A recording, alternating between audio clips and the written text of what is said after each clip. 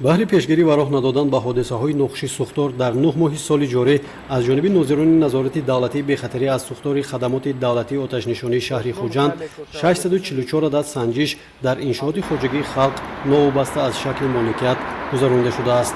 بنا به اطلاع کارمندان نظارت دولتی به خطر از سوختار در نتیجه سنجش‌های گذرانده شده 161 عدد پروتکل‌های حقوق ویرانکنی مأموری نسبت راهبران کارخانه و تشکیلات، آشخانه و مغازه‌ها و شخصان علیحده ترتیب داده شده است.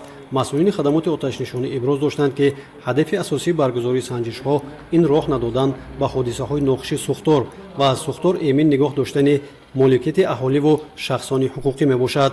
نوابسته از کارهای فهماندهی و سنجش‌های دایرگردیده در این دوره با سبب‌های گوناگون 32 عدد سوختار در شهر خوجند به قید گرفته شده، ضرر عمومی رسانیده شده زیاد از 258,000 سامانی را تشکیل داده است.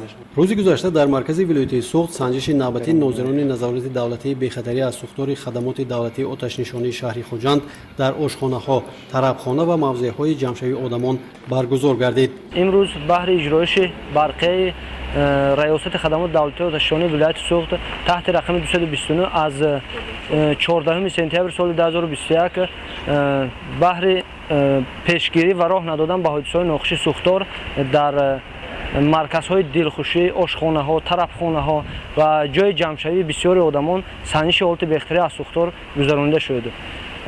در وقت گذراندن سنجش حالت بهتری از سوختار با هیئت کارمندان این طربخانه‌ها و مؤسسه‌های دلخوشی دستور و صحبت‌ها عاید رعایت قاعده بهتری از سوختار گذرانده شده.